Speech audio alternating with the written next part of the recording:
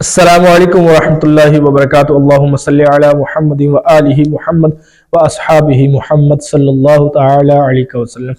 آپ اس چینل پر خوابوں کی حقیقی تعبیرات کے بارے میں جانتے ہیں اور ساتھ ساتھ قرآنی وظائف، روحانی وظائف اور برے خواب کے علاجات کے بارے میں جانتے ہیں۔ آج میں آپ کو خواب میں سورۃ التوبہ پڑھنا یا سننا کیسا ہے اس کی کچھ تعبیرات بتاؤں گا۔ آئیے خواب میں سورۃ التوبہ پڑھنا یا سننا کیسا ہے اس کی کچھ تعبیرات سنتے ہیں۔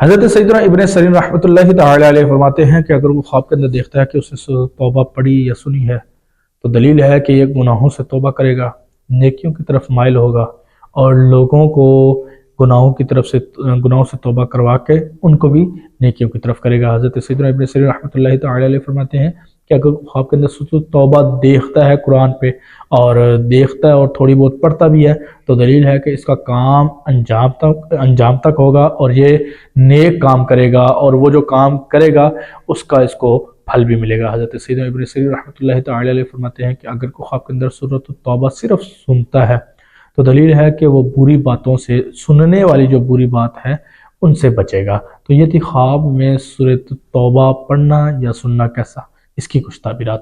اگر آپ نے ایسی کوئی خواب دیکھی ہے اور آپ چاہتے ہیں کہ میں اس کی تعبیر جانوں تو میرے نیچے دیے ہوئے نمبر پر واٹس ایپ وائس میسج کریے گا، وقت ملنے پر میں آپ کو ضرور جواب دوں گا۔ شکریہ۔ اگر یہ ویڈیو اچھی لگی اس ویڈیو کو لائک، شیئر اور چینل کو سبسکرائب کرنا مت بھولیے گا اور اس ویڈیو کو زیادہ سے زیادہ ثواب کی نیت سے شیئر کریں۔ شکریہ۔ السلام علیکم ورحمۃ اللہ وبرکاتہ۔ اللہم صلی علی محمد و آلہ محمد و اصحابہ محمد صلی اللہ تعالی علیہ وسلم۔